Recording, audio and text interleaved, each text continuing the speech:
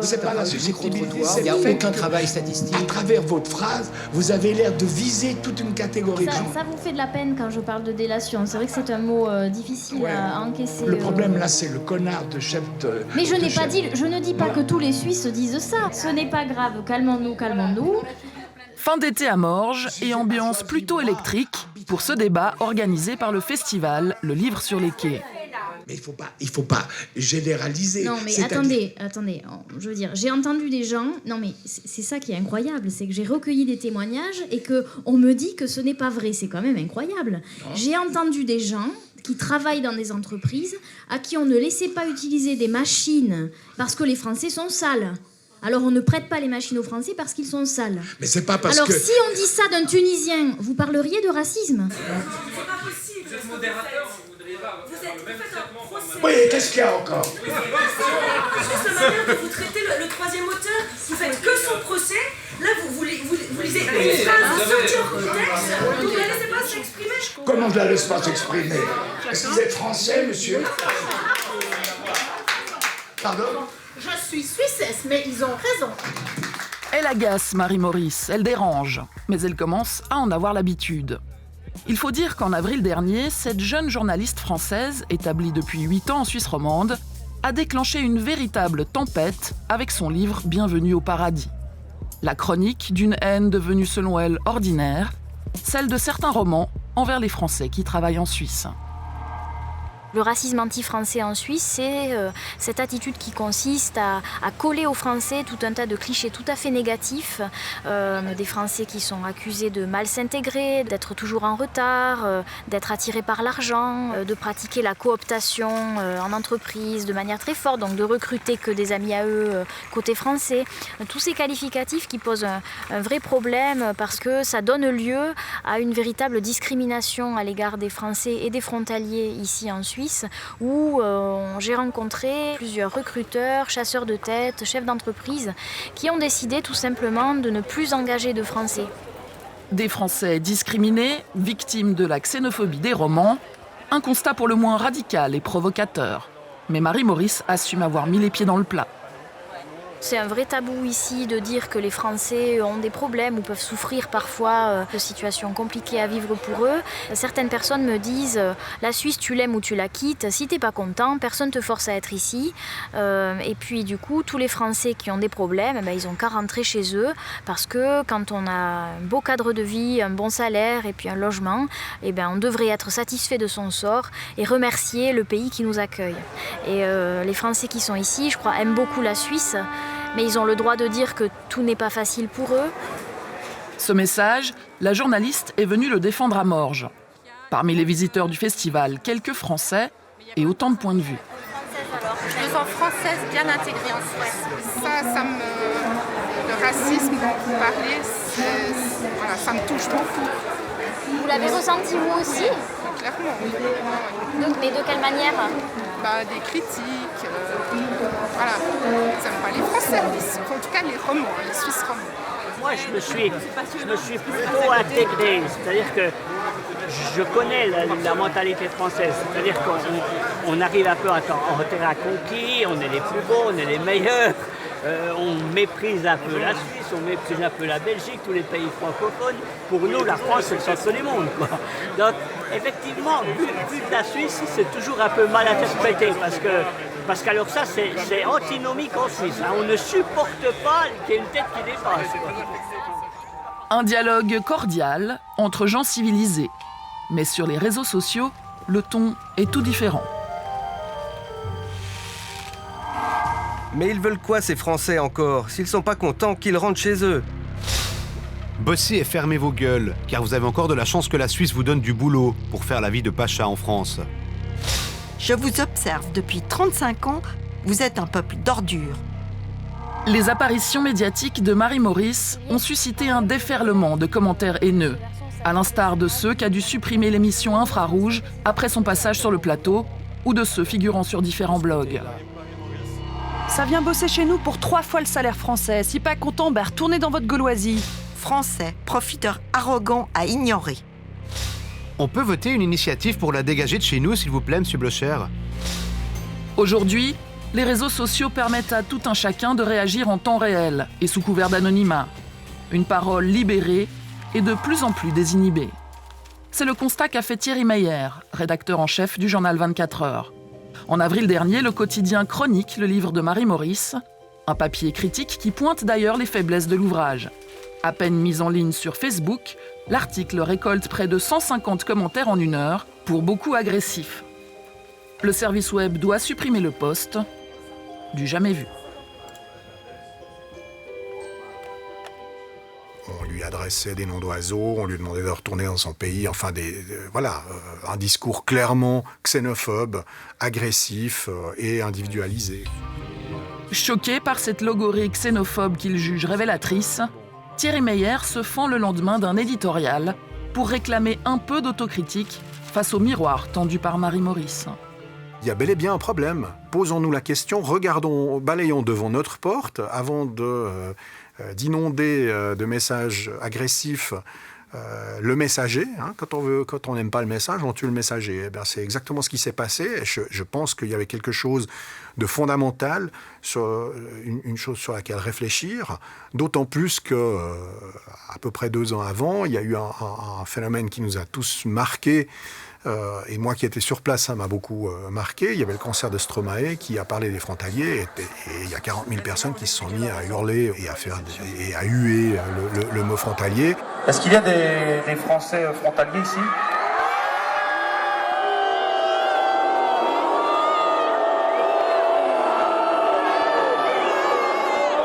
Oh non, on dit pas où, on dit courage. Il y a vraiment, je pense, oui, il y a un sentiment xénophobe à l'égard des Français qui s'expriment. Il y a un faisceau de causes, avec certainement les accords de Schengen, la libre circulation des personnes, des catégories de population qui prennent une certaine importance économique dans notre société, qui sont ressenties comme une concurrence. Et puis, si on veut être encore plus spécifique sur la France, c'est une espèce de complexe d'infériorité qui se transforme en complexe de supériorité. La France va mal et se regarde le nombril en se disant qu'elle va mal, etc. Et puis, il y a le réflexe de dire chez nous ça va bien, il y en a point comme nous, etc., etc. Il faut dire que la thématique anti-étrangère est aujourd'hui au cœur du débat politique en Europe, comme en Suisse. L'UDC ou le mouvement des citoyens genevois ont d'ailleurs opté pour un discours et des campagnes provocatrices assumées. Au débat complexe, on préfère désormais les phrases chocs et les slogans, bien plus efficaces à l'heure des réseaux sociaux et de l'hypermédiatisation. Un choix qui pèse de tout son poids pour le sociologue Sandro Catachin, spécialiste de la xénophobie. Il y a un climat dans l'ensemble dans ce pays qui se caractérise par plus de violence et moins de tolérance à l'égard de ce qui est différent. Ça ne concerne pas toute la population, évidemment, on manquerait ça, mais une partie de la population vote des partis qui jouent maintenant une carte nouvelle, c'est-à-dire la violence des mots pour faire de la politique. Évidemment, si au niveau politique, il y a une légitimation de cette violence, la population en général baisse les filtres et commence aussi à l'utiliser. On est là donc dans une affaire, je dirais, très importante de civilité de la politique qui c'est en train de se perdre, qui a une influence sur la manière dont les gens s'expriment.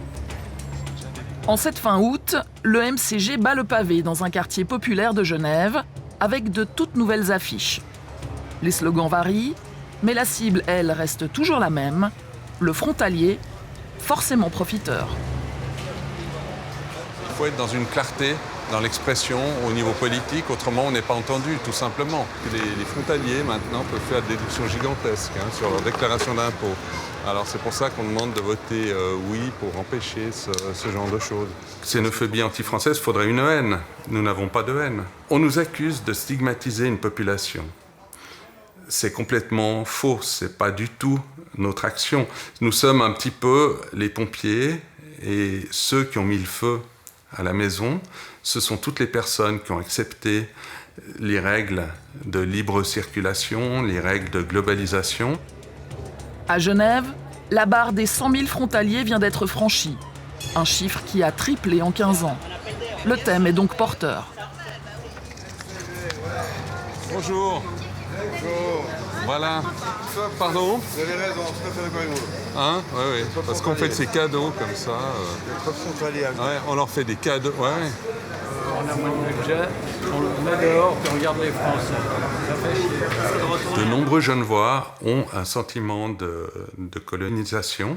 C'est vrai qu'ils ont l'impression que les Français arrivent comme ils arrivaient dans les colonies d'Afrique ou de pays du tiers-monde et qu'ils viennent de manière conquérante. C'est le sentiment qu'ont un certain nombre de nos membres. Genève colonisée, des mots guerriers qui ne sont pas choisis au hasard. Et ils font mouche dans un canton qui comptabilise l'un des plus hauts taux de chômage de Suisse. Pour Sami Canaan, ancien maire de Genève, la francophobie trouve ici naturellement un terreau fertile. Genève a connu une expansion exceptionnelle, 25% de population en plus dans la région, mais ça crée une énorme pression sur le marché du travail, le marché du logement. Et du coup, ceux qui se sentent lésés ou perdants dans cette expansion, évidemment, cherchent un bouc émissaire. On est dans une période où malheureusement, on cherche plus qu'avant des boucs émissaires. Et certaines forces politiques arrivent à canaliser ça vers les frontaliers. Les frontaliers, une thématique désormais récurrente dans le débat public genevois, et jusque dans les domaines les plus inattendus. Ainsi se met le drame de l'été, qui s'est déroulé dans le monde impitoyable du patinage artistique. L'affaire concerne une star bien de chez nous, Stéphane Lambiel, et une championne moins connue, Vanessa Gusmeroli. Tous deux enseignent depuis plusieurs années à la patinoire des Vernets. La ville de Genève se cherchait un directeur pour la nouvelle école de patinage. Le service des sports opte en juin dernier pour Vanessa Gusmeroli, son dossier étant jugé meilleur et plus transparent en matière de tarification. Scandale. Dans les heures qui suivent, c'est d'abord Internet qui s'enflamme. De nombreux parents d'élèves contestent cette décision sur le fond. Une pétition est lancée. Mais au-delà des enjeux financiers, rivalité d'ego et querelle de méthode d'enseignement des deux champions, c'est très vite une toute autre question qui va prendre le dessus à la droite de l'échiquier politique. Ça nous semble complètement scandaleux de l'avoir mis à la porte donc, de cette patinoire, d'avoir préféré une Française d'Annecy, alors qu'il avait tout à fait les compétences. Une Française d'Annecy, apparemment un défaut rédhibitoire, bien que la patineuse, diplômée suisse olympique, enseigne à Genève depuis 8 ans. Dans les jours qui suivent, l'UDC et le MCG publient des communiqués de presse pour dénoncer le choix d'une frontalière au détriment de l'enfant du pays. Nous avons mis en avant le fait que c'était une personne frontalière parce que ce n'est pas la première fois. Ce que nous critiquons, c'est le fait qu'on a systématiquement un préjugé favorable à la ville de Genève en faveur de personnes, soit des frontaliers, soit des personnes qui viennent d'ailleurs et qu'on ne met pas suffisamment en valeur les talents locaux. Pas très genevois pourtant, le petit prince de Saxon, mais peu importe. Après 2 semaines de tension, une motion est votée à l'unanimité au Parlement genevois pour demander à la ville de revoir sa copie. La nomination de Vanessa Gusmeroli est suspendue, une médiation mise en place. Est-ce que justement cet argumentaire de la nationalité finalement n'a pas pesé tout son poids dans ce rétropédalage? Non, honnêtement pas, parce que cet argument-là est sorti très fort au début parmi d'autres. Enfin, le principal qui est sorti honnêtement, c'est pourquoi on n'a pas pris Lambiel en fait. Puis là-dessus s'est greffé la question de la nationalité de Mme Gusmeroli. Et les éléments qui ont fait qu'on a interrompu, on va dire, la mise en œuvre de la décision d'attribution et enclenché médiation, c'est surtout que clairement on avait sous-estimé des éléments concrets de comment se passe l'école de patinage, notamment le lien apparemment très personnel entre un élève et son enseignant. L'aspect nationalité, comme j'ai dit, il était très fort au début, mais il s'est éteint aussi relativement vite. Je pense qu'à part quelques élus du MCG qui ont continué à faire un cirque là autour, au grand déplaisir de M. Lambiel d'ailleurs, ils ont joué cette carte, mais ils se sont retrouvés extrêmement minorisés. Cette affaire est toutefois révélatrice du drôle de climat qui règne à Genève, car la dispute a pris un tour plus inquiétant. Pour avoir choisi la patineuse française, la chef du service des sports de la ville a été assaillie de messages d'insultes anonymes, prise à partie sur la voie publique et surtout menacée de mort par téléphone. Les personnes qui font ça sont forcément un peu malades dans leur tête, enfin, c'est toxique comme réaction. Maintenant, c'est peu par rapport à l'ensemble des réactions qu'on reçoit au jour le jour dans nos administrations qui sont très positives. Mais sur le moment, oui, effectivement, ça choque forcément. Choquant aussi, le Gus Meroli bashing auquel se sont livrés les internautes sur le web. Grognasse, qu'elle aille faire son boulot à Paris. On engage une Shadok. Bravo nos politiciens. Triste voisin et pays qu'est la frouzomanie. Que ceux qui ont privilégié cette Française aillent prendre leurs ordres chez les Gaulois. Ce type de reproche est devenu monnaie courante au département de la culture et du sport. Nous sommes régulièrement interpellés au conseil municipal dès qu'il y a une rumeur ou une information, qu'on ait engagé quelqu'un qui habite de l'autre côté de la frontière. Ça a été le cas à l'Opéra, au Grand Théâtre de Genève, c'est le cas dans nos musées, donc tous les grands services, les grandes institutions. Mais en réalité, si on regarde au niveau ville, le personnel qui réside de l'autre côté de la frontière, il est en dessous de 20%, et encore toute nationalité confondue. Donc ça permet chaque fois de ramener les éléments à la réalité, mais c'est vrai que c'est un sujet sensible, mais c'est devenu aussi un business politique, donc on joue sur la peur des gens, sur leur aigreur, pour en faire un marché politique, un business politique. Reste que ce mélodrame estival laissera des traces sur la glace et dans les esprits. Comme en témoigne Julie, une proche de la patineuse française. Ça devient une ambiance délétère, imbuvable, où chacun se regarde comme un ennemi, ce qui n'était pas forcément déjà facile entre parents de par ce sport de compétition. Mais là, on devient le patineur de la Française, de celle qui a gagné et qui ne le mérite pas. Julie est française, mariée à un Suisse. Si elle a souhaité témoigner anonymement, c'est par peur de représailles et, plus étonnant, par habitude.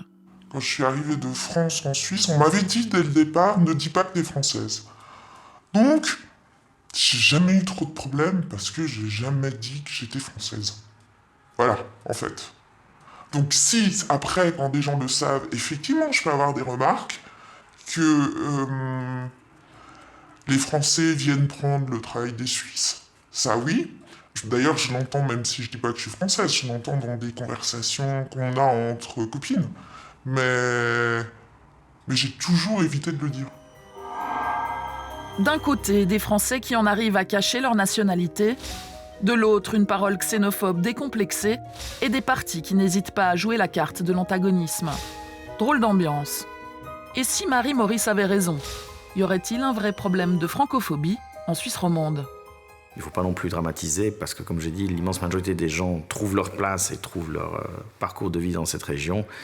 Et dans la vie quotidienne, dans les bureaux ou ailleurs, il n'y a pas non plus un problème permanent. Mais de temps en temps, c'est comme des bulles qui surgissent, des bulles, en l'occurrence nauséabondes, qu'il faut prendre au sérieux, mais sans généraliser. Mais parfois, les bulles nauséabondes éclatent, et les mots de la violence se font plus précis. À l'image de ce flyer déposé sur des voitures de frontaliers en banlieue genevoise.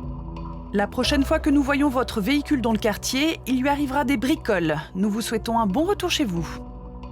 Mais il y a pire. Ce tract, distribué en 2012, devant l'hôpital cantonal de Genève, où travaillent des centaines de Français. Désormais, la guerre totale est déclarée. Brûlons leurs maisons, leurs voitures. Frontaliers, dégagez, de gré ou de force. Il est temps d'éliminer cette racaille frontalière. Un véritable appel au meurtre. Propos isolés d'extrémistes ou signe des temps. Pour Sandro Catachin, les mots de la haine ne doivent pas être pris à la légère. Le problème, et pourquoi je pense que c'est une situation difficile, voire dangereuse, est qu'on passe aux actes actuellement de la parole, en fait, à des faits, à des agressions verbales dans les rues, à des incendies dans des maisons de requérants d'asile. Et c'est là où nous devons être extrêmement attentifs à dire les mots sont ceux qui libèrent aussi les possibilités de l'agir. Vous êtes jeune, vous êtes frustré, vous n'arrivez pas à réaliser ce que vous voulez, vous vivez cette situation comme un drame, et puis il y a quelqu'un qui vous explique pourquoi c'est comme ça. Le populiste de droite ou le terroriste radical islamiste, les deux vous disent c'est à cause de l'autre. Et là, l'autre devient l'ennemi, devient le problème. Et si on fait que ça, c'est-à-dire on met un peu d'essence dans la frustration et dans ce que les gens vivent comme problème, eh bien ça peut se transformer transformer dans un credo, voire dans une idéologie, peuvent passer aux actes, les gens, effectivement, quand ils croient que c'est à cause des étrangers, et ils peuvent effectivement tuer un étranger. De la violence des mots à la violence physique, la question du passage à l'acte s'est posée à l'occasion d'un tragique fait divers. 22 août 2011, un responsable français des transports publics genevois est abattu par un employé du service des lignes aériennes.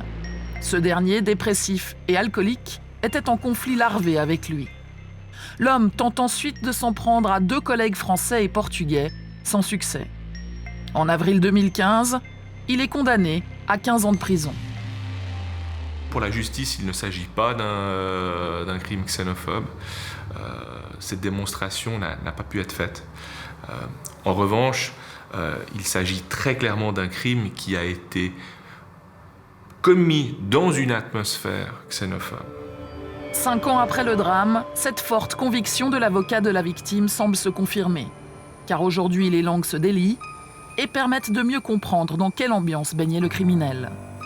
Lors de l'instruction, il est en effet apparu que le service des lignes aériennes connaissait un climat très antifrontalier. Il faut dire que la nomination de la victime, un cadre français venu du privé, avait mal passé. Ce dernier avait été chargé de mettre de l'ordre dans un service où apéro et horaires à la carte étaient de mise depuis plusieurs années. Quand on est rentré dans cette boîte, c'était une grande famille. Il y avait des secteurs, mais on était tous unis, c'était une grande famille, on était tous des copains et tout, on s'engueulait des fois de temps en temps, mais vraiment, on était unis. Après, il y a ces gens qui sont venus management et marketing, ils ont voulu mettre des gens entre le contremaître, si on veut, et le directeur de l'époque, et puis ça, pour moi, ça a été tout faux. Il y a eu une majorité de Français et ils étaient supérieurs, si on veut, ils avaient des postes supérieurs à nous, qu'on a fait des apprentissages quand même ici sur le canton, puis on est aussi capable qu'eux. Pascal Maranda a travaillé 40 ans au TPG. Il est aujourd'hui proche de la retraite. Il a bien connu le meurtrier et la victime, qui était également son chef. Ses propos sont révélateurs du climat de l'époque. Ce monsieur, il arrivait, il a voulu brasser, diviser pour mieux régner, c'est un peu la mentalité qu'ils ont maintenant à la boîte. Et lui, il a voulu faire rentrer que des Français. Même des fois, je lui ai couru 2-3 fois dans l'atelier parce que j'ai dit, c'est pas un Français qui va venir commander ici à Genève. Et puis lui, il voulait bouffer du Suisse. Une certitude apparemment partagée par le meurtrier et qui l'amènera à manifester son ressentiment, comme en témoigne le jugement. Il a personnellement placardé dans les locaux des TPG une publicité du MCG au contenu antifrontalier qui a provoqué le courroux de certains de ses subordonnés et collègues qui habitent de l'autre côté de la frontière et qui se sont sentis visés. On a mis des affiches sur le MCG ou des trucs comme ça c'est clair, ça, on n'a jamais caché notre truc. Est-ce que vous estimez être quelqu'un de xénophobe ? Des fois, je le dis, je suis xénophobe et raciste avec honneur, parce que j'ai envie de défendre mon pays et mon canton. Pascal Maranda n'est pas à un paradoxe près. Natif d'un village posé sur la frontière genevoise, il est issu d'une famille franco-suisse. Pas suffisant pour moduler sa détestation des frontaliers et de la victime. Est-ce que vous avez été surpris par ce crime ? Surpris. On disait tous qu'on voulait lui casser la tête, qu'on voulait on va le tuer un jour. On a tous dit ça. Vous vous êtes posé la question, éventuellement, on est allé trop loin. Quelqu'un de faible a pu être encouragé dans cet acte. Non, je crois pas. Non, je crois pas. Vous vous sentez pas coupable du tout ? Non. Bon, moi, je l'aurais bien corrigé une fois, hein, ça c'est clair. Hein. J'avais un manche de pioche sur mon bureau. J'ai toujours dit, un jour, tu vas le recevoir. Hein. Ça, il y savait. Hein. Vous parlez de la victime ? De la victime, oui. C'est extrêmement violent comme propos. Oui, mais si tous les jours vous arrivez, puis on vous dénigre, on crache sur la Suisse, on vient ici parce qu'on est tous des incapables et tout, au bout d'un moment, faut savoir où on est. Hein. Faut remettre l'église au milieu du village. Hein. Donc pour vous, finalement, ce crime, c'était presque une fatalité, ça devait arriver ? Peut-être pas comme ça. Mais ça aurait pu mal finir, j'entends un coup de cutter dans la figure ou vraiment un coup de bâton sur la tête, comme je disais, un manche de pioche et puis fracture du crâne, un truc comme ça c'est clair. Des propos d'une violence inouïe, assumée, décomplexée. Ils donnent un aperçu du ton employé par certains collègues fréquentés par le meurtrier. L'assassin était très clairement en proie à de grandes difficultés personnelles et psychologiques. Donc, à titre personnel, je pense que oui, il était sous influence. Oui, il était sous influence. Il ne pouvait pas ne pas l'être. Et d'ailleurs, on a très bien vu au cours de l'instruction la force et la solidarité de ce groupe antifrontalier qu'il soutenait et qui a continué à soutenir même après l'assassinat. Car en effet, cette atmosphère haineuse, loin de disparaître avec le drame, va perdurer. Voici la lettre qu'un autre collègue a envoyée en prison au meurtrier. Il y évoque l'escalade de 1602, bataille patriotique qui célèbre chaque année la victoire des Genevois sur les Savoyards, avec une comparaison qui fait froid dans le dos. Un jour de mois d'août 2011, 50 000 parasites, un mort. Il aurait fallu en trucider 2500. L'assassin a quand même reçu une carte de vœux où l'un a trouvé intelligent de rajouter à la main merci pour le ménage. C'est pas rien. Nous avons rencontré l'auteur de ces missives, désormais retraité. Il n'a pas souhaité s'exprimer devant notre caméra. Aujourd'hui encore, l'homme ne regrette rien. Il assume ses mots et son soutien au meurtrier. Et s'il qualifie sa lettre d'un peu maladroite, il précise, je cite, qu'elle dénotait bien de l'idée générale. Pour cet ex-employé des TPG, ses propos étaient humoristiques et n'avaient pas vocation à être rendus publics. 5 ans après le drame, la haine semble toujours bien ancrée dans certains esprits. Et si le contexte xénophobe de ce crime n'a pas été retenu par la justice, en l'absence d'autres mobiles avérés, la famille de la victime, elle, garde une conviction.